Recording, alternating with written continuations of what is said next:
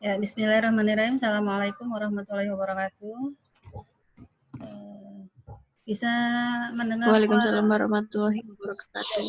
Ya, suara saya bisa didengar dengan jelas ya, Mbak ya, Mas? Jelas, bisa, Bu. Oh ya, oke. Masih ada yang mau masuk. Ya, ya ada 28 ya, mahasiswa yang sudah join. Selamat pagi semuanya. Semoga kabar Anda pagi ini baik dan sehat selalu ya.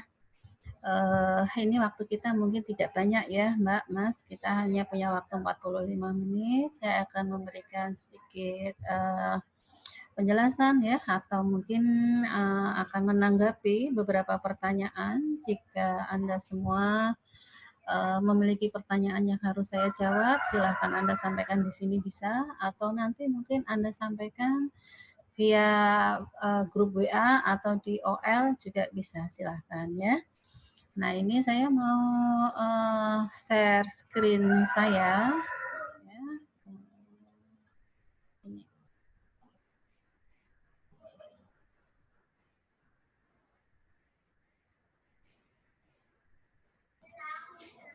Ya.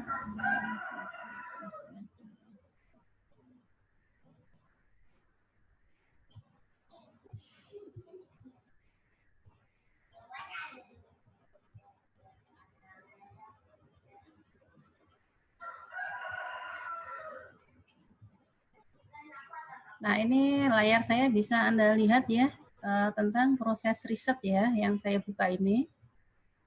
Nah, ini mestinya Anda sudah bisa membaca sebelumnya karena ini sudah ada di sesi sebelumnya ya, di sesi 3. Di sesi 4 kita lanjutkan lagi terkait proses riset. Saya ingin menjelaskan sedikit kenapa kita harus memahami ini ya. Jadi di dalam perkuliahan metode penelitian bisnis ini sebetulnya kita itu mempelajari ini ya yang ada di layar Anda. Ini masih ada yang minta izin masuk sebentar.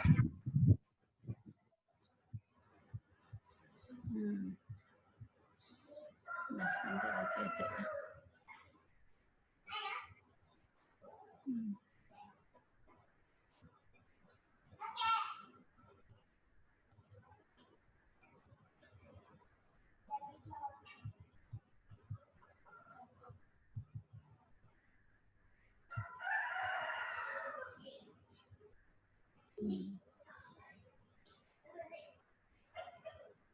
Nah, ini ya.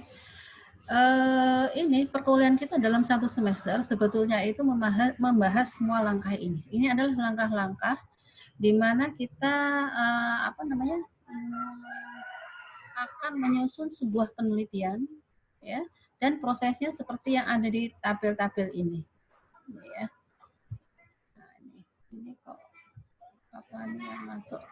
Sebentar ya, saya mau lanjutkan bicara tapi ini ada yang mau masuk harus admit dulu. Ini ya. Nah, jadi ketika kemarin saya meminta Anda untuk menentukan judul penelitian Anda, rencana penelitian Anda itu berbasiskan pada apa? Berbasiskan pada minat Anda ya. Sebetulnya Anda itu sudah berjalan di sini sebetulnya di langkah ketiga, problem definition ya, atau riset problem definisi. Jadi ini jangan bahasa lain, itu adalah rumusan masalah dalam penelitian Anda ya, problem definisi. Dari mana kita mendapatkan rumusan masalah? Ya, rumusan masalah itu kita sesuaikan dari judul yang Anda pilih. Nah, dari mana kita mendapatkan judul? Nah, dari artikel-artikel yang kemarin Anda screening, kemudian Anda dapatkan dependent variable, kemudian ada independent variable, dan sebagainya, Anda susun menjadi sebuah judul. Katakanlah ya, saya punya judul misalnya variabel pengaruh citra merek dan kepuasan terhadap loyalitas pelanggan. Nah, misalnya ya, pengaruh citra merek dan kepuasan pelanggan terhadap loyalitas pelanggan. Berarti dependent variabelnya apa tadi? Loyalitas pelanggan. Independennya tadi apa? Citra merek dan dua ada satisfaction. Ada dua independen. Nah, ini problem definisinya nanti menyesuaikan. Itu karena di situ ada dua independen variabel, nanti kita punya dua path ya yang akan menghubungkan independen ke variabel dependennya, maka definisi masalahnya juga ada dua. Bagaimana contohnya? Misalnya yang pertama, apakah terdapat pengaruh citra merek? Apakah terdapat pengaruh positif citra merek terhadap loyalitas pelanggan? Itu yang pertama. Yang kedua, definisi masalah yang kedua, apakah terdapat pengaruh positif kepuasan pelanggan terhadap loyalitas pelanggan? Ini kita sudah dapat rumusan masalah atau problem definition. Kalau kita mempunyai mempunyai judul yang jelas, variabel-variabel di dalam riset kita sudah jelas, gitu ya. Nah ini, kemudian di situ kita tambahkan lagi critical literature review. Apa yang Anda lakukan di sini? Anda memperdalam konsep-konsep definisi konseptual tentang apa itu satisfaction, apa itu loyalitas, dan apa itu citra merek misalnya. Karena Anda fokus di tiga variabel ini. Anda kaji dengan lebih dalam, cari alat ukur kuesioner yang mengukur loyalitas pelanggan, kuesioner yang mengukur tentang kepuasan pelanggan, dan citra merek. Nah, itu Anda dapatkan dari apa? Critical literature review. Anda mereview artikel-artikel yang sudah Anda screening, yang sudah Anda pilih, kemudian Anda pastikan Anda mendapatkan alat ukurnya. Nah, itu ya. Nah, kita ini memiliki dua aliran penelitian ya, kemarin sudah saya jelaskan. Yang pertama itu kuantitatif dan kualitatif. Kita nih yang kita lakukan nih ya untuk latihan riset kita, sebetulnya Anda bebas mau milih yang kuantitatif riset atau kualitatif. Tapi yang ada di contoh sebagian besar mahasiswa kita, mereka banyak yang menggunakan kuantitatif riset. Nah, kuantitatif riset ini dia memiliki pendekatan apa? Didaktif. Pendekatan didaktif itu berarti berawal dari teori. Maka di dalam riset kuantitatif, teori-teori ini harus mapan, yang mampu menggambarkan hubungan antar variabel dalam model penelitian Anda. Gitu ya. Nah, karena kita itu menggunakan pendekatan deduktif, ya, pendekatannya, theoretical framework itu menjadi sangat penting. Ya, teori-teori ini harus Anda pahami. Salah satu contohnya misalnya ya teori plan of behavior, teori perilaku terencana. Itu kita pakai misalnya untuk menjelaskan contoh model saya tadi ya. Jadi kenapa orang loyal itu karena dia puas ya, karena dipengaruhi oleh apa tadi citra merek. Pakai model yang mana teorinya? Teorinya pakai mana? Teorinya pakai TBB misalnya. Bisa, itu bisa Anda terapkan. Gitu ya. Atau pakai teori yang lain misalnya sosial kognitif. SCT, Social Cognitive Theory, teori kognisi sosial ya. Nah, silakan itu Anda baca.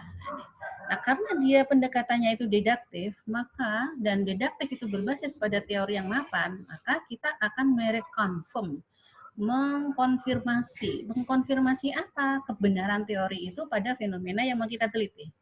Kan begitu.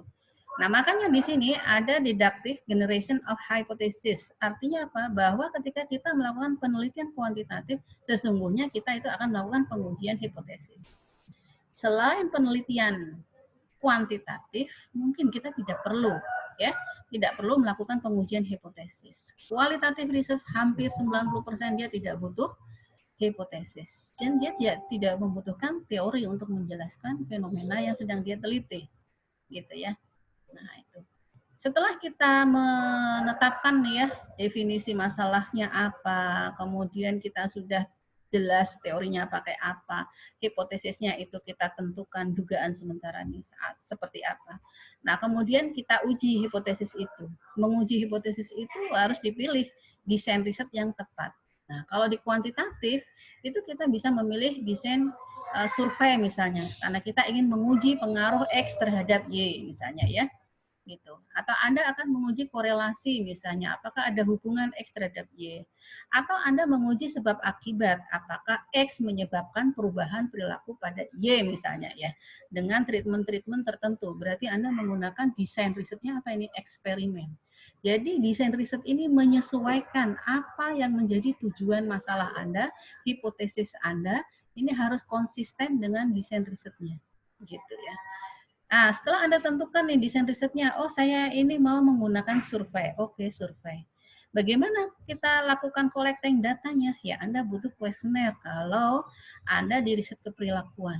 Anda mengukur loyalitas, berarti Anda harus punya kuesioner yang mengukur tentang loyalitas. Tapi kalau penelitian Anda itu non keperilakuan, misalnya di finance, Anda mau mengukur profitabilitas, ya Anda harus siapkan definisi konseptualnya, definisi operasionalnya, gimana rumus untuk mencapai profit itu. Anda tentukan, pakai rumusnya siapa, pendapat dari siapa, ya bagaimana teorinya. Nah itu.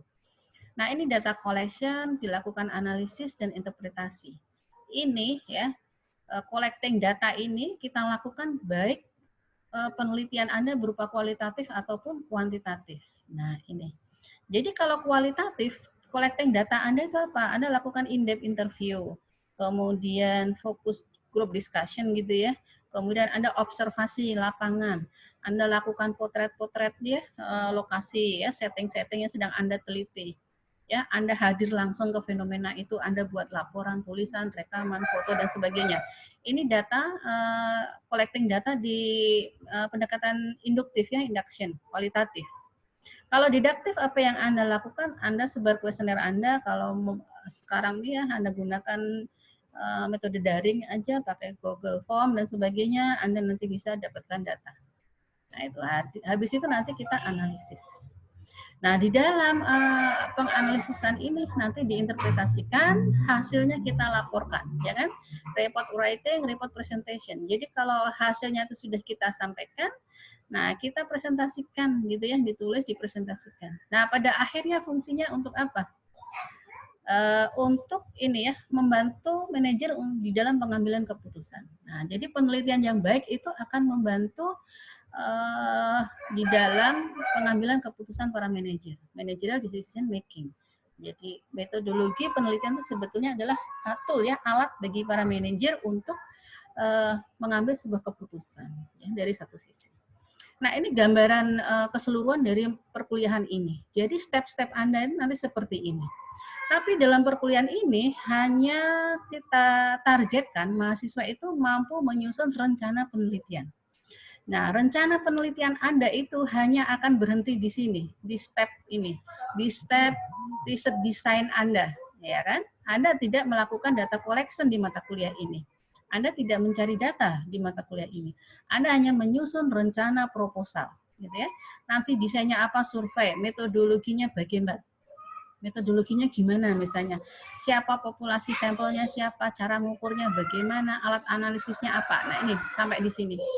Ini sampai di akhir semester ya. Nah, kalau di tengah semester tugas Anda sebenarnya sampai di sini. Sampai Anda menentukan hipotesis, pengembangan hipotesis. Ini tugas yang harus Anda kumpulkan ketika Anda di tengah semester. Proposal Anda sampai di sini. Nanti di akhir semester dilanjutkan nih ya, yang bagian subbab metode risetnya, step-step secara detail di dalam proses pelaksanaan riset itu. Ya, begitu yang bisa saya sampaikan, gambaran di dalam mata kuliah ini yang harus Anda pahami. Tolong bukunya ini Anda baca, ya, dan Anda perhatikan bahwa di setiap posting materi itu harus Anda buka, Anda baca penuh. Kalau Anda tidak membuka secara penuh, progres Anda nanti tidak akan nampak, gitu ya. Jadi mahasiswa yang cuma lihat 1 menit tutup, itu akan kelihatan progresnya. Dia hanya buka sekian detik, sekian menit, itu akan kelihatan. Jadi mana yang aktif memperhatikan materi, ya di dalam open learning itu akan bisa kita cek ya. Termasuk misalnya dia yang lain sudah sampai 60%, dia hanya 12%. Ini berarti cuma dilihat tok judulnya, tutup lagi gitu ya, nggak buka materinya berarti. Nah, jadi kepada mahasiswa tolong Anda perhatikan itu ya, bahwa sistem pendidikan sekarang di open learning itu Anda bebas ya mencari materi apapun, melihat materi ini Anda diskusikan ya di sesi-sesi diskusi. Begitu, sebelum saya lanjutkan ada pertanyaan? Sebetulnya ini ya di sesi saya ini, nah ini kemudian saya jelaskan variabel, ya, tapi saya ingin menjelaskan kepada Anda ya ada tipe-tipe variabel ya. Tipe-tipe variabel itu di sini ada variabel independen, dependent, moderasi, begitu ya. Nah, tapi saya ingin share screen yang buku. Sebentar, saya buka share screen yang buku. Nah, ini. Nah, ini buku kita ya yang kita pakai. Nah, silakan Anda download, silakan Anda buka dan dipelajari ya. Nah, ini. Kita ada di chapter 5. Kita lihat di sini ya, ada beberapa contoh tentang variabel yang harus Anda pahami. Apa sih variabel itu? Nah, ini ya. Nah, ini. Variabel adalah segala sesuatu yang itu bisa kita bedakan dari berbagai nilai-nilai yang akan kita ukur. Ya, jadi variabel itu bisa dalam bentuk apa namanya variabel laten dan non laten. Nah, kalau kita mengukur tentang profit per bulan atau apa harga saham per harinya, atau itu namanya variabel apa namanya non laten ya. Jadi bisa langsung kita dapatkan angka-angkanya atau observable variable gitu ya. Tapi ada variabel yang lain yang namanya variabel laten atau laten variable. Laten variable itu kita sebut juga unobserved variable, di mana variabel itu belum tersedia datanya secara nyata dan real. Contohnya, data kepuasan. Kita ingin meneliti tentang kepuasan pelanggan. Ada nggak data itu di ini namanya di internet atau data itu di apa namanya Biro Pusat Statistik misalnya? Kan nggak ada, gitu ya. Kita harus mengukur langsung, gitu ya. Nah, kita harus menentukan indikator-indikator pengukurannya yang tepat berdasarkan teori dan konsep, ya, yang tepat. Sehingga nanti kita akan mampu mendapatkan data yang akurat. Nah, ini namanya laten variabel. Variabel-variabel yang kita butuh indikator-indikator yang jelas. Anda mengukur kinerja, kemudian iklim organisasi, religiusitas, ya, kemudian citra merek. Ini namanya laten variabel, gitu ya. Nah itu. Nah variabel itu sendiri bisa kita bedakan macam-macam ya. Yang pertama ya, dependent variable, variable dependent ya. Variable dependent itu variabel apa? Variabel yang dia tergantung dari diukur ya besar kecilnya itu berdasarkan independent variable. Jadi variabel tak bebas ya, variabel dependent. Kalau independent variable itu variabel yang mempengaruhi variabel dependent. Kalau Y itu notasi untuk variabel dependent ya, biasanya variabel yang dipengaruhi oleh variabel lain itu dependent variable. Kalau independent sebaliknya, variabel yang mempengaruhi variabel yang lain. Nah ini ya. Independent is one that influences the dependent variable in either a positive or negative way. Apakah itu pengaruhnya positif atau negatif? Misalnya, harga itu berpengaruh positif atau negatif terhadap minat orang untuk membeli. Semakin tinggi harga, kira-kira minat orang untuk beli naik atau turun. Nah, kalau semakin tinggi harga, minat orang beli itu menurun, berarti hubungannya negatif. Ya. Dan sebaliknya. Ini independent variable. Yang ketiga, nah ini contohnya ya. Dependent, independent itu contohnya seperti ini. Misalnya kita punya contoh nih, ini yang saya mau jelaskan. Power distance, di sini managerial value. Ini menunjukkan variabel dependent, ya power distance. Kenapa ya? Ada jarak kekuasaan yang relatif rendah dan tinggi. Nah, ini antara lain secara konseptual ya atau teori itu dipengaruhi oleh nilai-nilai manajerial, ya kan? Contohnya, kalau nilai-nilai manajerial di situ tuh cenderung komunikatifnya bagus ya, kemudian gaya kepemimpinannya itu menunjukkan nilai-nilai yang partisipatif. Nah, mungkin saja power distance-nya itu rendah. Tapi kalau misalnya nilai-nilainya itu sangat kaku ya, kemudian otokratik gitu ya, otokratik, pemimpinnya sangat kaku gitu ya, pokoknya apa maunya bos gitu ya. Nah ini power distance-nya akan cenderung tinggi. Nah ini dipengaruhi apa? Nilai-nilai manajerial. Nah ini kita sebut dengan dependent variable-nya itu adalah power distance, independent variable-nya adalah nilai-nilai manajerial. Nah ini contoh variabel dependent, yaitu variabel yang dipengaruhi oleh variabel lain. Independent variable, variabel yang mempengaruhi variabel lain. Gitu ya. Nah, ini kemudian kita contohkan lagi untuk moderating variable. Nah, ini yang harus Anda baca ya nanti ya. Apa sih moderating variable? Nah, moderating variable ini variabel yang mempengaruhi semakin kuat atau semakin lemah satu hubungan. Nah, contohnya seperti ini. Ini contoh modelnya. Ini variabel moderasi. Dia ada di bawah sini. Ya, ini ada contoh lagi yang mungkin lebih mudah dipahami. Nah, ini contohnya. Kita ingin mengukur nih di sini model ini adalah mengukur keefektifan organisasi. Dependent variable-nya apa?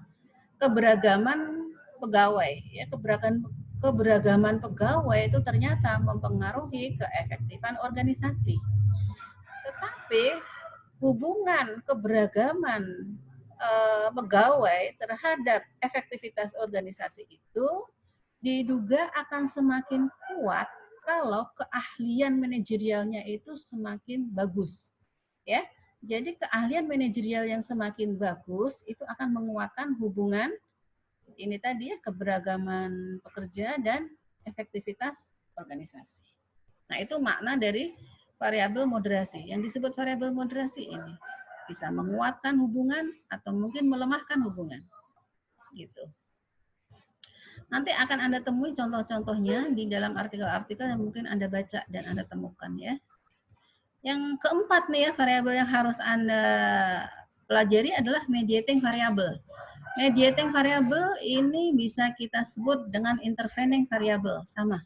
Mediating, variabel mediasi, variabel intervening itu memiliki makna yang sama, yaitu variabel yang ada di antara dua hubungan variabel. Jadi misalnya di sini tadi misalnya ya, ada variabel saya contohkan ada kepuasan pelanggan, ya independennya kepuasan pelanggan. Dependent variabelnya apa? Mempengaruhi loyalitas. Oh, kalau puas berarti dia ada kecenderungan untuk loyal, gitu ya. Tetapi kedua variabel ini, hubungan variabel ini semakin dikuatkan dengan adanya citra merek di tengah. Jadi dimediasi oleh citra merek atau brand image. Brand image ini menjadi variabel mediasi atau variabel intervening, gitu ya, berada di antara kedua variabel independen dan dependent. Contohnya gambarnya seperti mana? Ini contohnya. Nah ini workforce diversity ya, keberagaman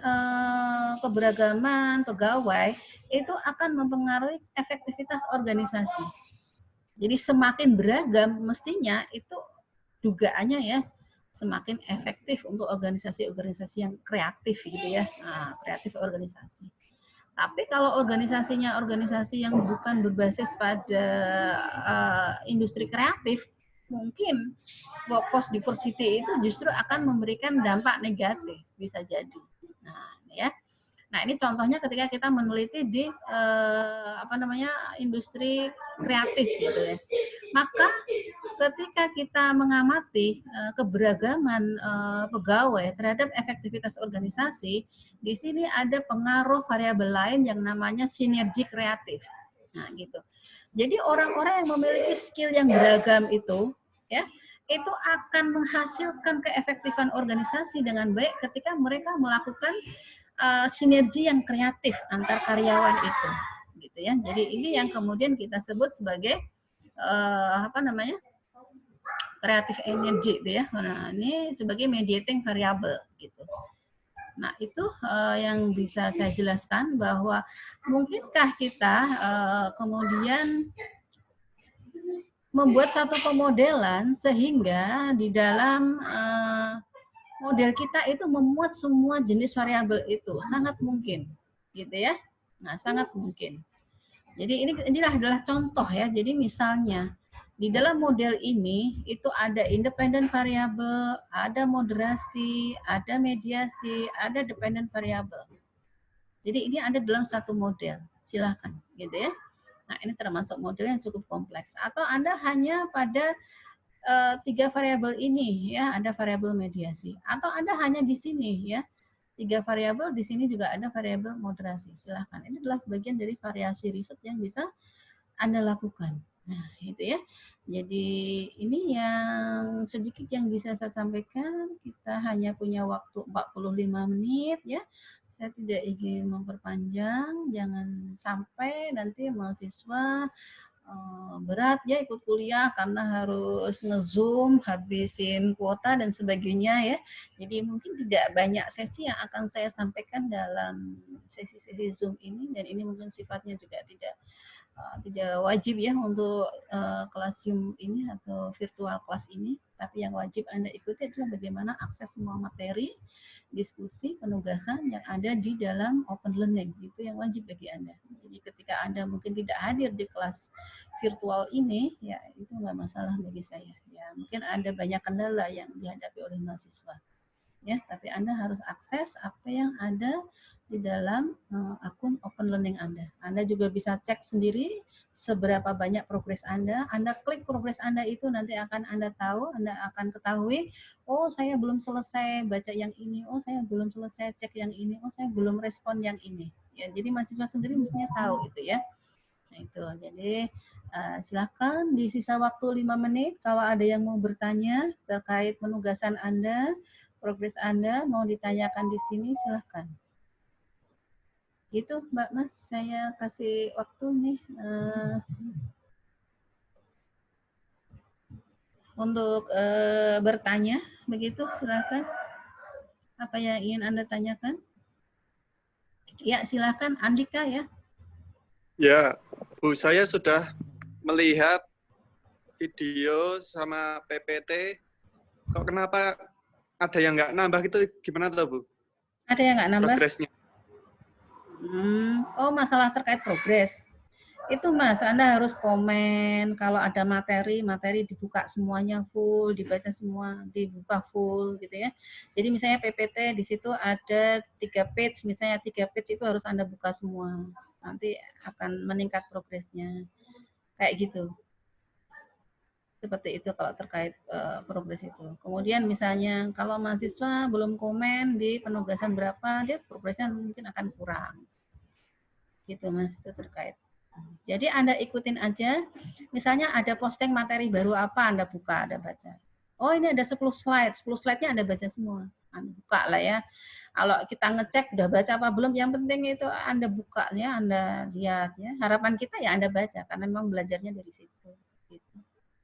Kalau itu semua sudah dilakukan, ya nanti progresnya pasti akan naik, gitu ya.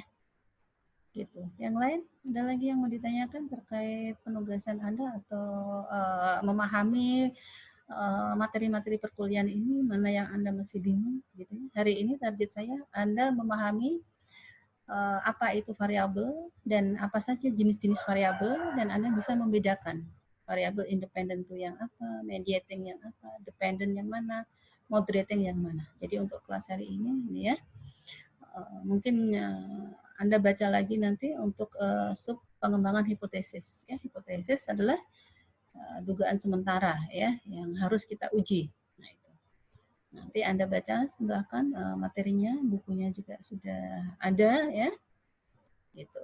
Jadi buku ini sebaiknya juga Anda download ya. Anda download, jadi materi-materi apa yang ada di situ tuh harus Anda baca, download, buka ya, dibuka ya. Begitu, Mas Andika. Yang lain mungkin ada yang mau ditanyakan sebelum kelasnya berakhir, gitu ya? Kalau masalah untuk video yang nggak bisa dibuka itu gimana, Bu?